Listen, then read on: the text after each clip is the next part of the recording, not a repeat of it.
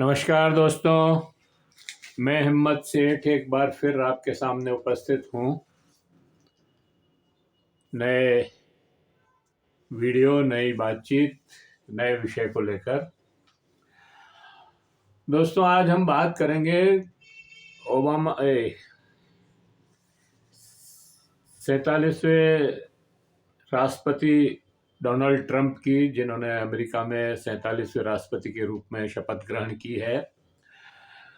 और बात करेंगे कि उन्होंने जो घोषणाएं की है, शपथ ग्रहण के बाद जो घोषणाएं की है उनकी बात करेंगे, और उसका विश्व में कैसे क्या प्रभाव पड़ेगा या वो कैसे पूरी होगी या नहीं होगी, उस पर चर्चा करेंगे।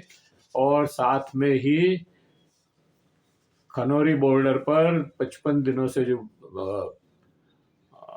किसान आंदोलन चल रहा है उसकी चर्चा करेंगे, और हनुमानगढ़ में भी किसान आंदोलन चल रहा है उसकी भी चर्चा करेंगे। तो बातचीत शुरू करें उसके पहले ये अपील, अगर आपने हमारे इस महावीर समता संदेश यूट्यूब चैनल को सब्सक्राइब न किया है तो सब्सक्राइब कर लें, बेल आइकन दबाना न भूलें। और अगर आपको वीडियो अच्छे लग रहे हैं तो लाइक करें, फॉरवर्ड करें, और कमेंट बॉक्स में जाएं, कमेंट बॉक्स में जाएं, कमेंट लिखें और सुझाव दें। आपके कमेंट और सुझाव हमें और बेहतर करने की ओर अग्रसर करेंगे। दोस्तों, आप हमारे इस YouTube चैनल को सब्सक्राइब जरूर करें, क्योंकि सब्सक्राइब करने से फ़ायदा ये है कि आपको जब भी हम नया वीडियो बनाते हैं आपको उसका नोटिफिकेशन मिलेगा। तो मैं आपको फिर से एक बार कहता हूं कि आप इसको सब्सक्राइब करें और उसमें ढील न रखें। तो अब मैं इस न्यूज़ खबर पर बात करता हूं।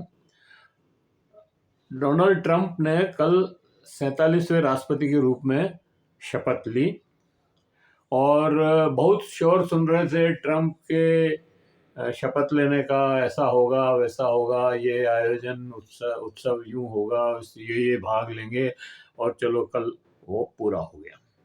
अमेरिका प्रशासन ने, डोनाल्ड ट्रंप ने एक उत्सव में अमेरिका प्रशासन को अपने हाथ में ले लिया। डोनाल्ड ट्रंप स्वयं तो 78 साल के हैं, लेकिन उन्होंने जो टीम बनाई है वो युवा है, ये ऐसा कहा जा रहा है। और उन्होंने शपथ लेने के बाद जो घोषणाएं की है, मतलब बाकी सब चीज़ें तो ठीक है, पर जो घोषणाएं की है उनका असर जो है पूरे विश्व में पड़ने वाला है। ये एक बात जो महत्वपूर्ण है। सबसे पहली बात तो उन्होंने की कि हम जो है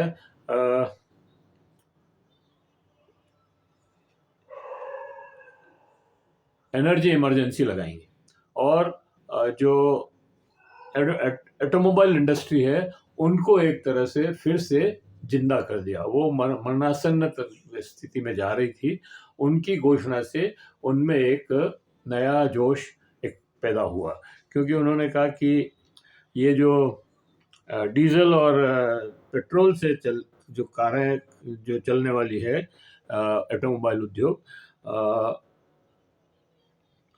उसमें फिर से जान फूंक दी। अपने भाषण में कहा कि देश में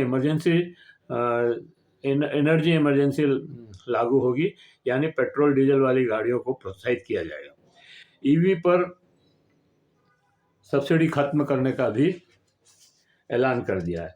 इससे ये ठीक है कि भाई अमेरिका की या विश्व की ऑटोमोबाइल इंडस्ट्री को थोड़ा लाभ होगा, लेकिन कुल मिलाकर के विश्व के पर्यावरण को बहुत नुकसान होने वाला है। और जो कोशिशें की जा रही थी कि कार्बन उत्सर्जन कम किया जाए, उसको बड़ी ठेस लगेगी। और इससे जो है क्योंकि विश्व में पर्यावरण का असर पड़ेगा, क्योंकि ऑटोमोबाइल से कार्बन उत्सर्जन बढ़ेगा। ये एक अच्छी खबर है या बुरी खबर है? मतलब ऑटोमोबाइल इंडस्ट्री के लिए तो अच्छी खबर है, लेकिन अपने पर्यावरण के लिए ये बुरी खबर है। तो डोनाल्ड ट्रंप के जो काम है उसका एक असर तो ये होगा कि विश्व में पर्यावरण खराब होगा। मेक्सिको बॉर्डर सील होगी। दूसरी घोषणा उन्होंने की,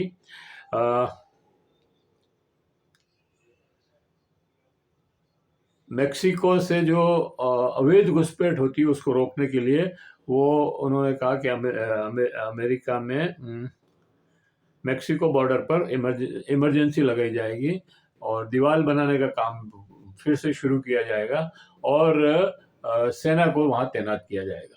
ये घोषणाएं पिछली बार भी की थी उन्होंने, पिछले कार्यकाल में भी उन्होंने मेक्सिको पर बॉर्डर बनाने की बात कही थी और फिर वो पैसा भी मेक्सिको से वसूल करने की बात भी कही थी, लेकिन ऐसा कुछ हुआ नहीं।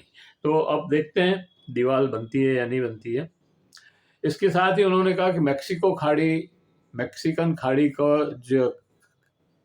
का नाम बदल करके अमेरिकन खाड़ी कर दिया जाएगा। तो मैक्सिकन खाड़ी का नाम बदलने के लिए मेक्सिको को भी तैयार होना पड़ेगा। तो मेक्सिको इसके लिए तैयार है कि नहीं है ये अभी पता नहीं है, सिर्फ ये एक तरफा घोषणा है। ये एक कोई समझौता होगा तो ऐसा हो सकेगा, नहीं तो शायद नहीं हो। गल्फ ऑफ अमेरिका किया जाएगा, लेकिन क्या मेक्सिको इसके लिए तैयार होगा? बड़ा सवाल यह है कि क्या अमेरिका का राष्ट्रपति अपनी ताकत का हर दिशा में उपयोग करेगा? क्या अमेरिका के लिए अब अंतर्राष्ट्रीय कानून कोई मायने नहीं रखते हैं? ये दो सवाल बहुत बड़े हैं कि क्या एक तो आप ताकत से सब चीज़ों को अपने हाथ में ले लेंगे, सारे विश्व में अपनी ताकत दिखा करके और हर चीज़ पे कब्जा कर लेंगे, कनाडा को 51वां प्रदेश बना देंगे, ग्रीनलैंड पे कब्जा कर लेंगे, पनामा पर वापस कब्जा कर लेंगे, पनामा नहर पर, और मेक्सिको खाड़ी का नाम बदल देंगे। ये जो घोषणाएं हैं, क्या ये आप अपनी ताकत से करेंगे, सेना लगा के करेंगे, मिसाइल्स दाग के करेंगे, क्या करेंगे? मतलब ये एक बड़ा सवाल है। हालांकि उसके ऊपर अभी कोई चर्चा नहीं हो रही है, लेकिन होगी। मेरा मानना है कि ये इतना आसान नहीं है जितना वो बोल रहे हैं। अंतर्राष्ट्रीय कानून, अच्छा, ऐसे ही पनामा नहर की वापस कब्जा करने की बात कही है। इसका नियंत्रण अभी पनामा के पास है। अमेरिका के पूर्व राष्ट्रपति कार्टर के कार्यकाल में एक समझौते के तहत इसे पनामा के नियंत्रण में दिया गया था, लेकिन चीन अभी इससे सबसे ज्यादा लाभ ले रहा है। फिर सवाल यही है कि क्या चीन अमेरिका को ऐसे ही कब्जा करने देगा पनामा नहर पर, या पनामा नहर पर तो समझौता ऐसे दी है, गिफ्ट की है, ये यूं कह रहे हैं हमने गिफ्ट की है, लेकिन समझौता हुआ है और वो समझौते से वापस समझौते से ही वापस ली जा सकेगी या आप ताकत से लेंगे, ये बड़ा सवाल है। और क्या क्या चीन ऐसा करने देगा? सबसे बड़ी बात यह कि चीन और अमेरिका में जो विवाद है, बहुत सारे विवाद और भी हैं, व्यापार के विवाद भी होने वाले हैं। अभी ट्रंप प्रशासन जो है चीन के ऊपर कई नए प्रतिबंध भी लगाने वाला है। तो उस संदर्भ में देखें तो क्या चीन पनामा नहर पर वापस अमेरिका का कब्जा होने देगा क्या? अमेरिका को ऐसा करने देगा? हाँ, ट्रंप ने विदेशी माल पर आयात शुल्क बढ़ाने की बात कही है। ये बात भी ठीक है कि भाई जो आयात हो रहा है दूसरे कंट्रीज से, जैसे भारत से भी उन्होंने कहा कि भारत से जो आयात हो रहा है उसके ऊपर हम टैरिफ बढ़ाएंगे। चीन से भी जो व्यापार हो रहा है उस पर भी टैरिफ बढ़ाने की बात कही है। तो टैरिफ तो वो बढ़ा सकते हैं क्योंकि उनका प्रशासन है, उनकी इच्छा है, लेकिन क्या अमेरिका का आम आदमी उस टैरिफ से खुश रहेगा या वो इससे खुश रहेगा क्या?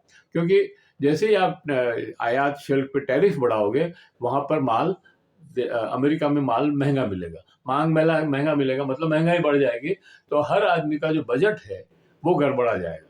तो वो गड़बड़ा जाने से तो आपको मतलब दिक्कत हो जाएगी अमेरिका के नागरिकों को। तो आप प्रशासन किसके लिए चला रहे हो? अमेरिका को समृद्ध बनाने के लिए या अमेरिका के लोगों के खुशहाली के लिए? ये बड़ा सवाल यहाँ पर खड़ा होता है। ट्रंप के शपथ ग्रहण समारोह में जहां दुनिया के राजनेताओं का जमावड़ा था, वहीं दूसरी ओर धन कुबेरों का भी जमावड़ा देखने को मिला। पूर्व राष्ट्रपति ओबामा, बुश और क्लिंटन शपथ समारोह में आए। इटली के राष्ट्रपति जॉर्जिया मेलोनी भी पहुंची।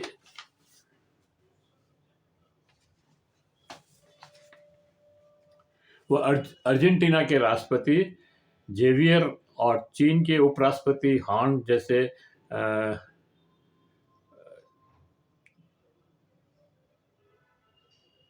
भी इस समारोह का हिस्सा बने। तो हमारे जो विदेश मंत्री हैं जयशंकर, वो भी इस समारोह में उपस्थित थे। इसके अतिरिक्त एलन मस्क, मार्क जकरबर्ग और जेफ बेजोस भी इस ट्रंप के शपथ ग्रहण समारोह में पहुंचे। ये तीनों बड़े उद्योगपति हैं और हमारे यहाँ से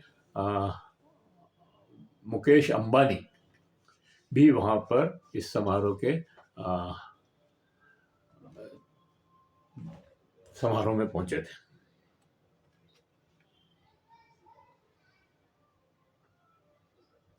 टिकटॉक के सीईओ जो उइशचू और एप्पल के प्रमुख टिक कुक भी वहाँ पर पहुंचे। रूस और यूक्रेन के राष्ट्रपति, रूस के मतलब पुतिन साहब ने, और यूक्रेन के मतलब ट्रंप, ये जेलेंस्की साहब ने डोनाल्ड ट्रंप को बधाई दी इस अवसर के ऊपर कि आप राष्ट्रपति बने हैं। और ये आशा जताई, दोनों ने ये आशा जताई कि आप विश्व शांति स्थापित करेंगे और तीसरे विश्व युद्ध की तरफ जो दुनिया बढ़ रही है उसको रोकने में कामयाब होंगे। तो ये उन्होंने ये कल की खबर है, मोटी मोटी खबर यही है, बाकी तो बहुत लंबी चौड़ी चीज़ें हैं, क्या बहुत सारी चीज़ें वहाँ हुई है। अब मैं आपको और ये भी बता दूं कि हमारे नरेंद्र मोदी जो प्रधानमंत्री हैं और ट्रंप के बहुत अच्छे दोस्त माने जाते हैं, वो खुद अपने आप को ट्रंप का बहुत अच्छा दोस्त कहते हैं, उनको उन्होंने इसमें शपथ ग्रहण समारोह में नहीं बुलाया। क्यों नहीं बुलाया, उसकी वजह है, वो भी एक लंबी अलग कहानी है। कि कहा जाता है कि सितंबर महीने में जब चुनाव हो रहे थे, वहाँ चुनाव का कार्यक्रम चल रहा था, मतलब वहाँ तो 2-3-4 महीने चलता है कार्यक्रम, और अलग अलग बहस होती है। तब तक एक बहस हो चुकी थी कमला हैरिस और ट्रंप के बीच में, और कमला हैरिस की जो बहस में जिस तरह से उसने अपनी बात को रखा, उससे लगा कि अब तो कमला हैरिस ही जीतने वाली है। तो मोदी साहब ने वहाँ गए, बाइडेन से मिले, लेकिन ट्रंप ने कहा कि मैं मिलना चाहता हूँ, लेकिन इन्होंने इग्नोर कर दिया उनको कहा कि नहीं, मेरे पास समय नहीं है, और ट्रंप से नहीं मिले। तो उसका बदला लेने के लिए इन्होंने इनको नहीं बुलाया। तो ये सब अंतर्राष्ट्रीय राजनीति के खेल हैं जो चलते रहेंगे। अब वो भारत के पर टैरिफ भी लगाने की बात कर रहे हैं, और भारत से जो अवैध घुसपैठ होती है या वीज़ा 1B जो है, उस पे भी कुछ लगाम लगाने की बात हो रही है।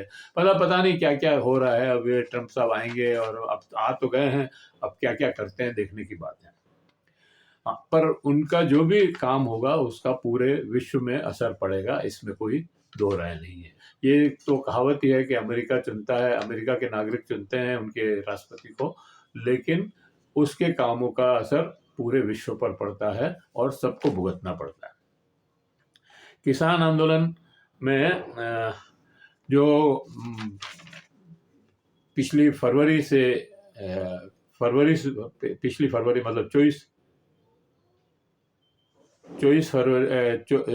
2024 फरवरी से चल रहा है, खनौरी बॉर्डर और शंभू बॉर्डर पे, उस पर अब और पिछले जो 21 जनवरी को उनका जो ये था दिल्ली कूच करने का प्रोग्राम, वो अभी स्थगित कर दिया गया है। आज ही दिल्ली कूच करना था उनको, लेकिन वो स्थगित कर दिया गया है। और इसलिए स्थगित किया कि वो वहाँ से मतलब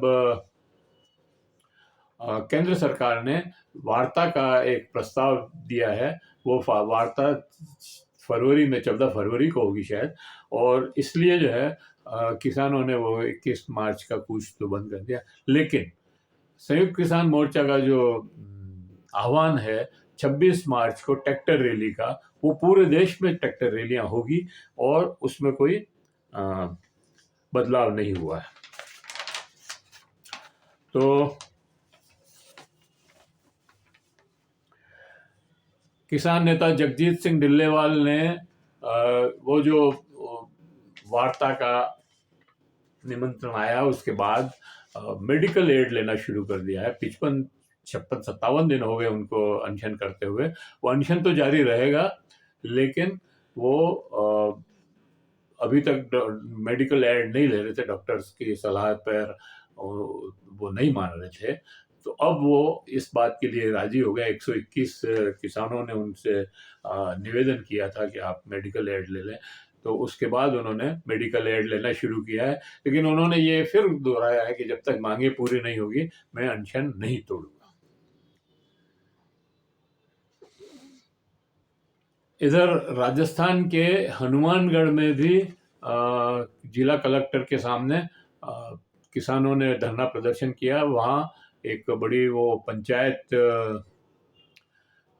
महापंचायत की है किसानों की, उसमें गंगानगर, अनूपगढ़ और हनुमानगढ़, यहाँ के बहुत सारे किसान अपने ट्रैक्टर ट्रॉली को लेकर आए और इन्होंने ये धरना प्रदर्शन इसलिए किया कि भाखड़ा नहर से जो पानी मिलता है उनको वो कम कर दिया है। इसलिए उन्होंने कहा कि हमको 1250 स्क्वायर क्यूसेक 1250 क्यूसेक पानी चलाने की मांग की है, और वो मांग जब तक पूरी नहीं होगी तब तक वो ये आंदोलन चलता रहेगा। कुछ किसानों ने वहाँ पर अनशन भी शुरू कर दिया है। तो ये मतलब संयुक्त किसान मोर्चा के बैनर तले हनुमानगढ़, गंगानगर जिले के किसान ट्रैक्टर ट्रॉलियों के साथ जिला कलेक्टर कार्यालय के बाहर पहुंचे तथा वहां किसानों की महापंचायत के दौरान ही कुछ किसानों ने आमरण अनशन शुरू कर दिया। किसान नेताओं ने प्रशासन को अल्टीमेटम दिया कि मांगे पूरी नहीं होने तक यहाँ से हम हटेंगे नहीं। तो ये आज की बातें थी। इसी खबर के साथ विश्व की सबसे अंतर्राष्ट्रीय जगत में जो खबर है वो ट्रंप साहब की है, और वो पर्यावरण को नुकसान पहुंचाने वाली जो खबर है वो खास तौर से चर्चा का विषय बनी हुई है। तो इसी नोट के साथ मैं इस वीडियो को समाप्त करता हूं और आशा करता हूं कि आपको ये वीडियो पसंद आया होगा, और अगर पसंद आया है तो इसे लाइक करें, फॉरवर्ड करें और कमेंट बॉक्स में जाएं, कमेंट लिखें, सुझाव दें, और आपके कमेंट और सुझाव हमें और बेहतर करने की ओर अग्रसर करेंगे। मैं आपसे ये भी अपील करना चाहता हूं कि अगर आपने अभी तक हमारे YouTube चैनल को सब्सक्राइब न किया है तो सब्सक्राइब कर दें, बेल आइकन दबाना न भूलें, और अपने मित्रों, रिश्तेदारों, दोस्तों और सोशल मीडिया पर भी इसे अपलोड करें, और उन्हें भी आग्रह करें कि वो हमारे इस YouTube चैनल को सब्सक्राइब करें। आपका सहयोग मिलेगा तभी हमारा ये काम बदस्तूर जारी रहेगा और हम आपके सामने नए नए वीडियो के साथ उपस्थित हो सकेंगे। अगर आप लोग नहीं मदद करेंगे, लाइक नहीं करेंगे, सब्सक्राइब नहीं करेंगे, तो हो सकता है कि हम थक जाएं और फिर ये काम रुक जाए। तो मैं समझता हूँ कि आप चाहेंगे कि ये काम नहीं रुके, इसके लिए आप हमें सब्सक्राइब करते रहें और लाइक करते रहें। कमेंट बॉक्स में जाएं, कमेंट भी लिखते रहें और सुझाव भी देते रहें। आपके कमेंट और सुझाव हमें और भी बेहतर करने की ओर अग्रसर करेगा। जय हिंद, जय भारत। मिलते हैं फिर किसी और वीडियो के साथ।